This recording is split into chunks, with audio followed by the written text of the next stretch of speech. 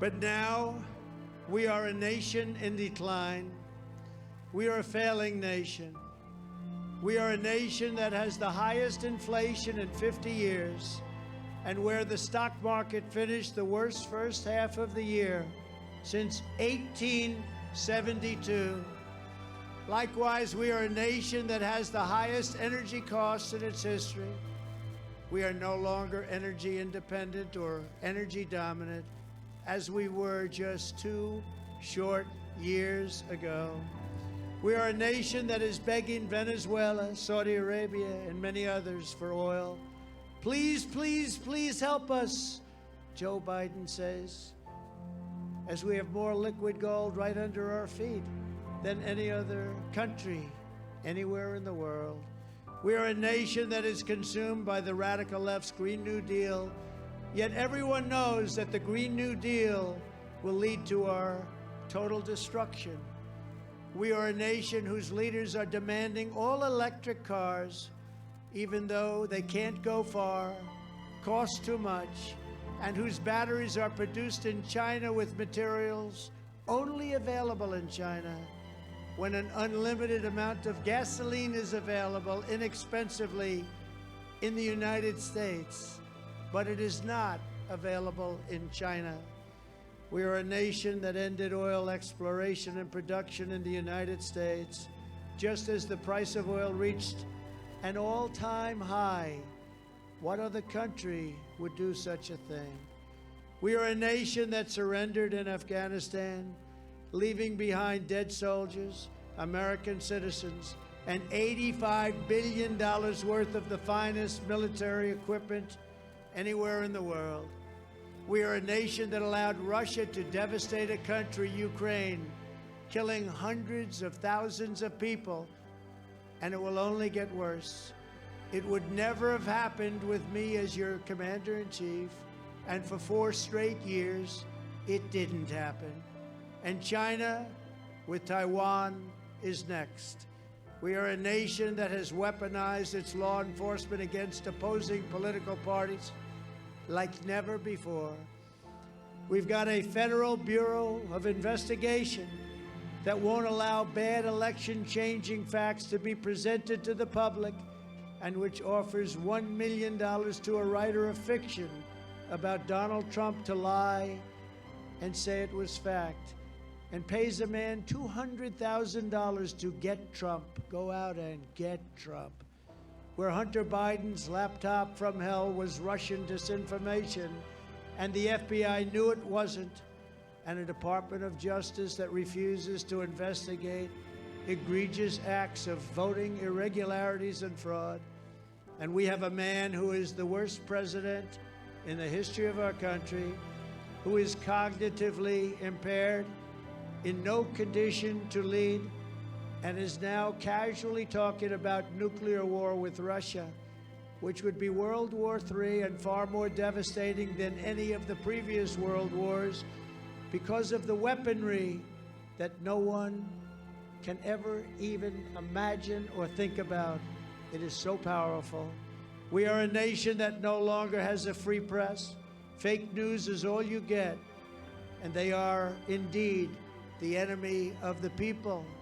We are a nation where free speech is no longer allowed, where crime is rampant and out of control like never before, and where more people died of COVID in 2021 than in 2020. We are a nation that is allowing Iran to build a massive nuclear weapon, and China to use the trillions and trillions of dollars it has taken from us to build a military to rival our own. And just 2 years ago, we had Iran, China, Russia, and North Korea in check. They weren't going to do a thing against us, and everyone knows it. They respected us more than they ever respected us. And perhaps most importantly, we're a nation that no longer is respected or listened to anywhere around the world. We are a nation that in many ways has become a joke. We are a nation that is hostile to liberty, freedom, and faith. And we are a nation whose economy is collapsing into a cesspool of ruin, whose supply chain is broken, whose stores are not stocked, whose deliveries are not coming, and whose educational system is ranked at the very bottom of every single list. We are a nation where large packs of sadistic criminals and thieves are allowed to go into stores and openly rob them, beat up the workers, and kill the customers, leave with armloads of goods but with no retribution, where the authority of our great police has been taken, where their families and pensions have been threatened, and their lives would be destroyed for the mere mention of the words law enforcement. We are a nation where the people are allowed to murder, kill, rob, and rape innocent victims, and they have no cash bail, and they're back on the streets, allowed to do it again in a matter of hours. We are a nation where fentanyl and all other forms of illegal drugs are easier to get than formula for our beautiful little babies. A nation whose once revered airports are dirty, crowded, a mess, an unsightly, horrible mess. You sit and wait for hours and then are notified that the plane won't leave and they have no idea when it will. Where ticket prices have tripled, they don't have the pilots to fly the planes, they don't seek qualified air traffic controllers, and they just don't know what the hell they're doing. We are a nation that has lost its confidence, its willpower, and its strength. And we are a nation that has just plain lost its way. But we are a nation that is not going to allow this horror to continue. 2 years ago, we were a great nation, and we will be a great nation again.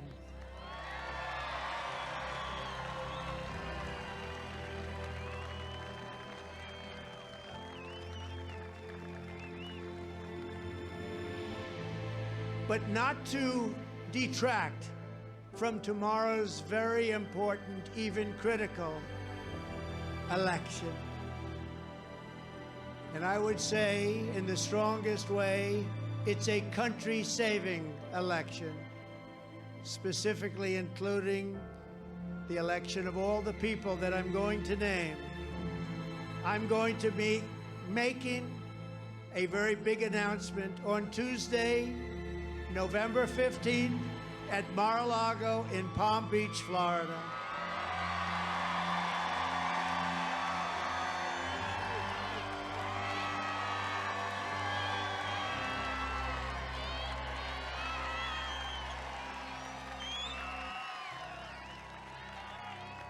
We want nothing to detract from the importance of tomorrow. You understand that, JD?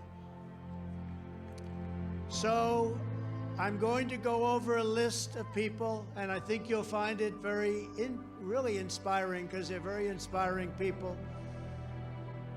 So we must first elect J.D. Vance for the Senate in Ohio, Mike DeWine for governor in Ohio, Dr. Oz for Senate in Pennsylvania, Doug Mastriano for governor in Pennsylvania, Blake Masters for Senate in Arizona, Carrie Lake for governor in Arizona. A great guy who I've known for a long time. He fought with Jim Jordan and all the rest on the fake impeachments. Lee Zeldin for governor in New York. He's doing great. One of the greatest athletes you'll ever meet, Herschel Walker for Senate in Georgia. And Brian Kemp for governor in Georgia. Adam Laxalt for Senate in Nevada, and Joe Lombardo for governor in Nevada.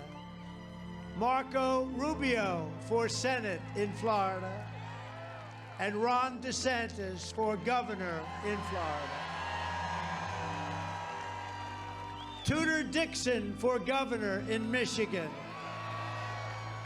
And Ron Johnson for Senate in Wisconsin. Tim Michaels for governor in Wisconsin. Chuck Grassley for Senate in Iowa. And Kim Reynolds for governor in Iowa. Katie Britt for Senate in Alabama. Kelly Shabaka for Senate in Alaska. Mike Dunleavy for governor in Alaska. John Bozeman for Senate in Arkansas. Sarah Sanders, did you ever hear of her? She's great. For governor in Arkansas. Leora Levy for Senate in Connecticut. Mike Crapo for Senate in Idaho. Jerry Moran for Senate in Kansas. Derek Schmidt for governor in Kansas. Rand Paul for Senate in Kentucky. John Kennedy for Senate in Louisiana. Eric Schmidt for senator in Missouri. Ted Budd for Senate in North Carolina. John Hoeven for Senate in North Dakota. James Lankford for Senate in Oklahoma. Mark Wayne Mullen, who's a great guy, great future, for Senate in Oklahoma. Kevin Stitt for governor in Oklahoma. Tim Scott, another great, great guy, for Senate in South Carolina. Henry McMaster doing an unbelievable job for governor in South Carolina. Mike Lee for Senate in Utah. Gerald Malloy for Senate in Vermont. Darren Bailey, he's doing great, for governor in Illinois, and Illinois has to defeat Pritzker. Darren's going to do it. Dan Cox for governor in Maryland. Jeff Deal for governor in Massachusetts. Scott Jensen for governor in Minnesota. Mark Ronchetti for governor of New Mexico. Kristi Noem for governor of South Dakota. Bill Lee for governor in Tennessee. Greg Abbott for governor in Texas.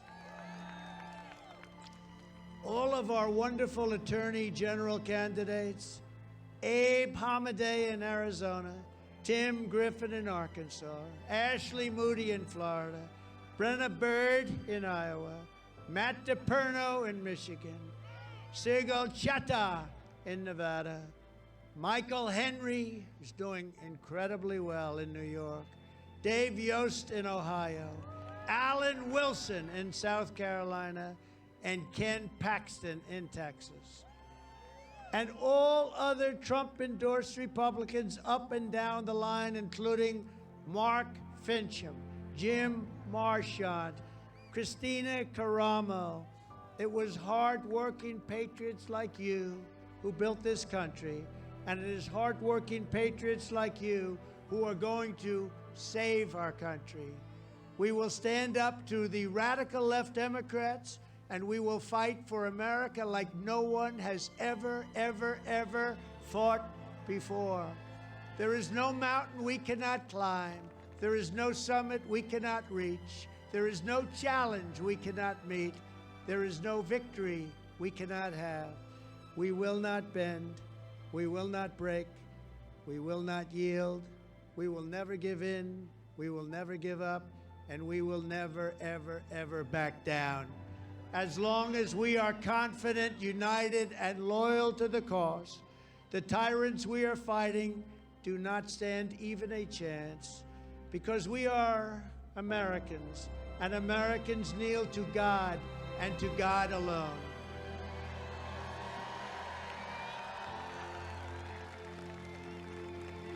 The silent majority is back and stronger than ever before. We will take our country back. My fellow citizens, this incredible journey we are on together has only just begun, and it is time to start talking about greatness, greatness, greatness, greatness again for our country. We are one movement, one people, one family, and one glorious nation under God. So with the help of everyone here tonight and citizens all across our land, we will make America powerful again. We will make America wealthy again. We will make America strong again. We will make America proud again. We will make America safe again. And we will make America great again. Thank you, Ohio. Thank you. God bless you. Thank you. JD, go get him. Thank you. Thank you. Thank you.